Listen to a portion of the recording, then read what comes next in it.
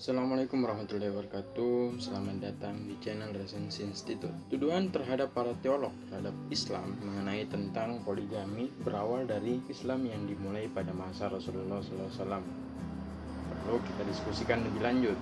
Jangan sampai kita menghukumi sesuatu tanpa mengetahui terlebih dahulu. Itulah pentingnya kita sebagai manusia untuk menggunakan akal kita yang begitu istimewanya. Akallah yang membedakan kita dengan makhluk-makhluk lain. Dengan akal, kita mampu menelaah, menganalisis sebelum kita bertindak. Dalam buku Poligami karya Murtada Mutahari, kita akan melihat poligami dari segi sejarahnya dan bagaimana Mutahari menganggap persoalan poligami ini yang tentunya menggunakan perspektif Islam yang sifatnya plural, bahkan logis bagi yang tidak beragama Islam. Kembali membahas tentang tuduhan Barat terhadap Islam yang menginisiasi terciptanya poligami ini. Apakah itu benar?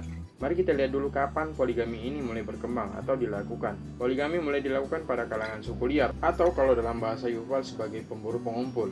Melihat pekerjaan yang dilakukan oleh kaum laki-laki yang berburu sedikit banyaknya meninggal diakibatkan diserang binatang buas, walhasil kaum laki-laki lebih sedikit dibandingkan perempuan, sehingga berlakulah seorang laki-laki dapat beristri lebih dari dua.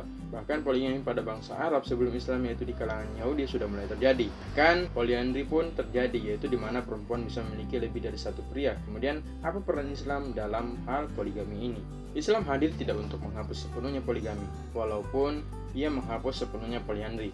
Alih-alih itu, Islam membatasi poligini. Islam menghapus ketidakterbatasan poligini dan membatasinya sampai 4 istri. Selain itu, Islam menetapkan syarat dan batasan dan tidak mengizinkan setiap orang untuk mempunyai beberapa istri. Kita akan bahas mengenai syarat dan batasan di pembahasan selanjutnya. Sesungguhnya, Islam tidak memulai poligini, tetapi membatasi jumlahnya, dan pada waktu yang sama menetapkan persyaratan yang tegas baginya. Di kalangan sebagian bangsa dan masyarakat yang menerima Islam, praktik ini adalah lumrah, dan atas perintah Islam mereka harus menyesuaikan diri dengan batas-batas dan persyaratan yang ditetapkan Islam. Apakah syarat dan ketentuannya? Sabar ya, kita akan bahas syarat dan ketentuannya setelah ini.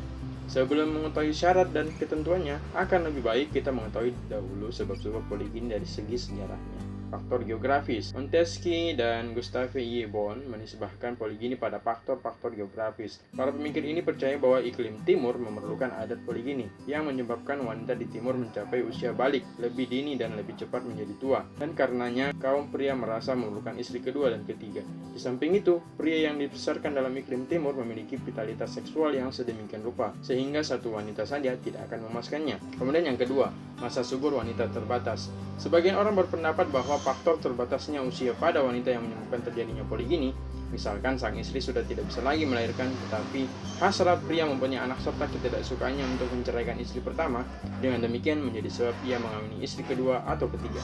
Yang ketiga adalah faktor ekonomi.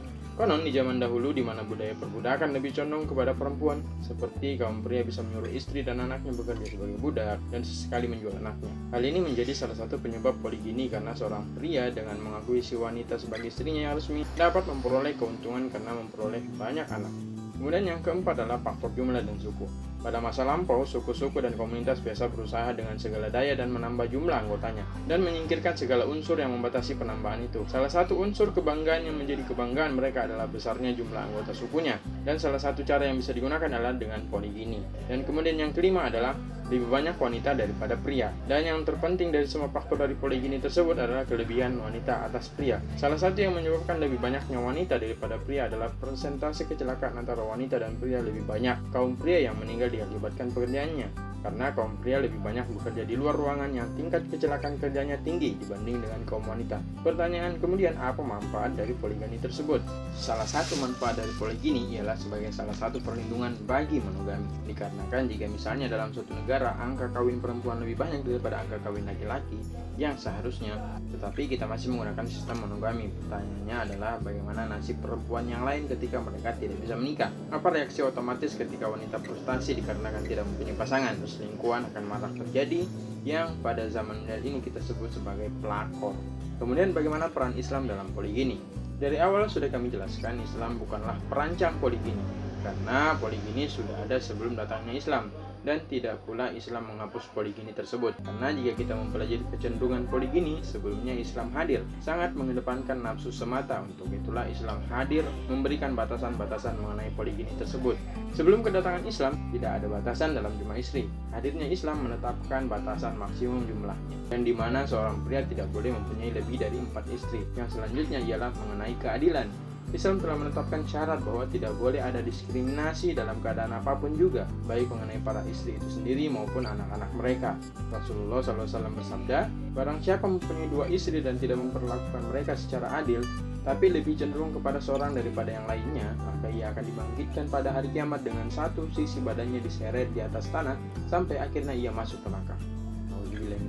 Dan salah satu aspek terpenting dari poligami tersebut adalah mengenai finansial.